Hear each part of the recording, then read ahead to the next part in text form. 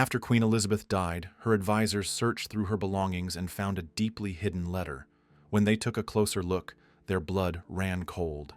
Stay to find out exactly what they found. In 1533, Elizabeth was born at the center of the biggest scandal of her time. Her mother, Anne Boleyn, seduced King Henry VIII and instigated his monumental divorce from Catherine of Aragon, a scandal that launched the English Reformation, and that was just the beginning. Few can say that their own father executed their mother, but that is exactly what happened to poor Elizabeth. Anne Boleyn fell into disfavor with King Henry, and he had his queen beheaded on May 19, 1536, when Elizabeth was just over 2 years old. Elizabeth also had to deal with a new stepmother very soon. Anne Boleyn went to the scaffold, and Henry's third queen, Jane Seymour, entered the palace just 11 days after her execution. Just a year after Seymour married King Henry VII, Elizabeth had a younger brother, Edward. But he wasn't just a younger brother, he was the male heir that Henry VII was literally killing for. By the age of 12, Elizabeth had translated her stepmother Catherine Parr's English work, Prayers or Meditations, into no less than 3 languages, Italian, Latin, and French, and presented it to her father. In fact, by the time Elizabeth completed her studies, she was probably one of the most educated women of her time. While still a teenager, her father finally passed away, leaving Elizabeth an orphan in the care of her stepmother, Catherine Parr. Parr almost immediately married Thomas Seymour, the new king's uncle. Almost immediately after Princess Elizabeth moved in with her adoptive parents, the 40-year-old Seymour began behaving in increasingly disturbing ways toward her. At first, he would sneak into her bedroom in his nightgown and tickle the princess. According to records of the time, Elizabeth's stepmother, Catherine Parr, did nothing to stop this inappropriate behavior. In fact, she even participated in it. On at least 2 occasions, she helped her husband tickle Elizabeth, and in one particularly disturbing incident, she held the princess down while Seymour tore the girl's dress to shreds. Catherine Parr made a chilling discovery. She came across Seymour and young Elizabeth encased in an embrace, indicating that an inappropriate relationship was quickly escalating into a romantic one. Either out of jealousy or fear for the girl, Parr soon sent the princess away, but that was not the last time Elizabeth saw Seymour. Only a few months after Elizabeth's departure, Catherine Parr died in childbirth. With his wife conveniently out of the way, the widowed Seymour turned his attention back to the teenage princess. The royal council grew tired of Seymour's ghastly scheming, and they charged him with treason for conspiring to marry Elizabeth. The princess's torturer was finally executed on March 20th, 1549. Elizabeth was still barely in her 20s. On July 6, 1553, Elizabeth's brother Edward, Henry VII's only male heir, died, throwing the kingdom into chaos. Ironically, he named his cousin Jane Grey, rather than his sisters Elizabeth or Mary, as his successor. Suddenly, Mary and Elizabeth found themselves in a struggle for their primogeniture. Elizabeth and Mary proved too strong for Jane Grey and her troops. She was defeated and became known as the Queen of 9 Days. In August 1553, Mary entered London to officially claim the throne. It could have been a triumphant moment of sisterly love, but it didn't quite happen that way. Elizabeth and Mary were very different people, and not just because they had different mothers. Mary's mother, Catherine of Aragon, raised her as a strict Catholic, while Elizabeth, born not only at the height of the English Reformation, but practically because of it, was a Protestant. Even in their youth, Mary and Elizabeth were never friends. Mary refused to acknowledge that Anne Boleyn was queen, or even that Elizabeth was a princess. Mary may have had another good reason to be jealous of Elizabeth. Her husband, King Philip, reportedly planned to marry Elizabeth if anything happened to Mary, especially if she passed away in childbirth. The nickname Bloody Mary is not given for nothing, and Mary's reign quickly became unpopular due to her ruthless persecution of Protestants, as well as her notoriously gruesome method of burning heretics at the stake. So when rebellion broke out in 1554, Mary was instantly suspicious of Elizabeth and threw her sister into the Tower. For 3 terrifying months, Elizabeth's life hung in the balance in the Tower. During that time, Mary's advisors whispered in her ear that as long as Elizabeth breathed, her throne would never be safe. The only thing to do, they said, was to execute her own sister. Eventually, Elizabeth's supporters at Mary's court convinced the Queen to spare her sister's life. Mary exiled Elizabeth to the countryside and put her under house arrest. Then, in 1558, Queen Mary, who had been unwell for some time, died without bearing children. Elizabeth was next in line to the throne. Princess Elizabeth became Queen Elizabeth I. From the moment she became queen, Elizabeth's advisors assumed that she would marry not only to consolidate England's power, but also to help produce an heir. Although she considered suitable candidates before the age of 50, she never tied herself in marriage. Elizabeth may never have been married, but her bedroom antics became infamous. One of her most infamous affairs was with her handsome childhood friend, Robert Dudley. Unfortunately, there was one big problem with Robert Dudley. He was married. His wife, Amy Robsart, was battling breast cancer, and everyone assumed she didn't have long to live in this world. But the way she died was far more suspicious and violent than anyone could have predicted. Dudley's wife, Amy, passed away in September 1560, but not from breast cancer. She died after falling down the stairs. The coroner might have deemed it an accident, but many in the palace assumed that Dudley had committed the act to gain favor with his queen. Their path to the altar finally seemed free, but was it? Historians agree that Elizabeth was fully prepared to marry Dudley, but since her childhood friend had no political clout, and since members of royal families from all over Europe were now vying for the Queen's hand, her advisors told her in no uncertain terms that if she married Dudley, they would rebel. Elizabeth reluctantly refused the marriage, but that did not mean she had forgotten about Dudley. The Queen was intensely jealous of Dudley's time and attention, so when she learned of his betrayal, she was furious. In 1578, Dudley married Elizabeth's distant relative, Letitia Knollys. He tried to keep the wedding a secret, which made things even worse when Elizabeth found out. When the Queen found out about her true love's wedding, she was so furious that she banished Letitia from her court. She never forgave the woman and never recognized the marriage while she was alive. Elizabeth's refusal to ever marry and her nickname, the Virgin Queen, elevated her to cult status. Poets wrote about her in bombastic terms, comparing her to figures such as goddesses and the Virgin Mary. In addition to the Virgin Queen, Elizabeth's other nicknames were Gloriana and Good Queen Bess, but the real woman behind these nicknames was far from perfect.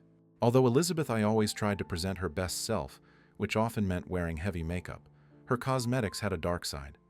The Queen's makeup consisted of abrasive and even poisonous products such as lead and vinegar, which caused serious damage to Elizabeth's skin and health. The Queen also had a known sweet tooth and was also afraid of dentists. As she grew older, her teeth began to yellow and decay, crumbling on top of each other. It was so bad that foreign dignitaries often could not understand Elizabeth when she spoke to them. Elizabeth's disgusting dental hygiene actually started a trend. Since sugar was considered a luxury, some women then blackened their teeth to emulate their queen and flaunt their wealth. Some historians believe that Elizabeth was what we would call a polyglot, that is, someone with an innate talent for learning foreign languages. She could speak 11 languages, including Latin, Greek, and even Aramaic, and spoke many as if they were her mother tongue. One of Elizabeth's most sworn enemies was also one of her closest relatives, her Catholic cousin Mary, Queen of Scots. From the beginning, Mary posed a threat to Elizabeth's rule and religion, beginning the Game of Thrones for the ages. For a while, Elizabeth and Mary went down the path of enmity. Despite Elizabeth supporting the Scottish rebels against Mary, she still oddly proposed her favorite Robert Dudley to Mary as her husband, but neither Mary nor Dudley were in love with each other, and Elizabeth's awkward ploy failed. Eventually, Mary's powers became so strong and her decisions so disorderly that Elizabeth had to take drastic measures. She ripped Mary away from her young son, imprisoned her in Loch Leven Castle, and then forced her to abdicate. Amazingly, Mary spent the next 19 years of her life under Elizabeth's protection. But Elizabeth's most chilling act was yet to come. One day, Queen Elizabeth discovered that Mary, Queen of Scots, was helping to incite a rebellion against the English crown from her prison cell. Elizabeth responded with a brutal show of force. On February 8, 1587, Mary, Queen of Scots, met the axe. After Mary's death, Elizabeth was greatly remorseful and even claimed to have signed a warrant for her cousin's execution, not realizing that her advisors would immediately carry it out. While it's possible that Elizabeth's regret was very real, many historians are suspicious of her backtracking. After all, it's pretty hard to sign someone's death warrant hesitantly. Elizabeth's reign is known as the Golden Age of Exploration. One of her favorite explorers was Francis Drake, who circumnavigated the globe between 1577 and 1580, earning a knighthood from her queen. Queen Elizabeth is perhaps best known for defeating the Spanish Armada, which put such a small thing as British sea power on the map. After Elizabeth's envoy, Francis Drake, raided Spanish ships, King Philip of Spain, yes, Elizabeth's former son-in-law, decided he'd had enough of England and took immediate action. Philip II sent his Spanish Armada to invade England in 1588, intending to destroy Elizabeth and her rule. To everyone's surprise, Spain's great naval power succumbed to the attacks of the English banderos. Philip's fleet had to turn back and return to Spain in ruins. Elizabeth used the crisis of conflict with Spain to transform herself into a warrior queen. When she inspected her troops on August 8, 1588, she wore a silver breastplate under her white dress. Her speech went down in history. "I know I have the body of a weak and feeble woman," she said, "but I have the heart and courage of a king, and the King of England."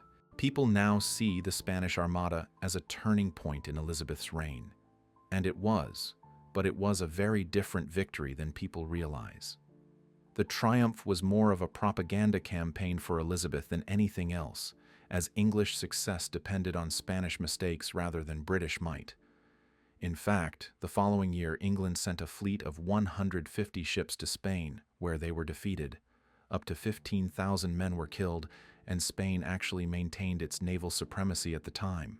Although many historians note that Elizabeth remained unmarried in order to hold on to power and play tricks on her suitors, she did take men other than Robert Dudley seriously. When she was courting Francis, Duke of Anjou, she often wore a frog-shaped earring that the Duke gave her as a token of his affection. Elizabeth's reign was indeed a golden age for many. In addition to Francis Drake's exploits at sea, literature flourished during this time, and heavyweights like William Shakespeare and Christopher Marlowe wrote masterpieces. But let's not praise good Queen Bess too much. She wasn't really a great patron of the arts. Another great English poet of the time, Edmund Spenser, paid tribute to Elizabeth in his epic poem, The Faerie Queen. Elizabeth I is the character of Belphoebe, a strong virgin huntress who fights off her would-be attackers. Elizabeth must have liked the image, as Spenser was one of the few writers she ever patronized. Elizabeth lived in poverty after the execution of her mother. Her father, Henry VII, ignored and neglected her so much that Elizabeth's guardian had to beg the king for finances to provide Elizabeth with clothes that fit her. Later, when she became queen, Elizabeth collected over 2,000 dresses, and even that wasn't enough. She allegedly took the dress from one of her maids out of envy when she saw how well it looked on her.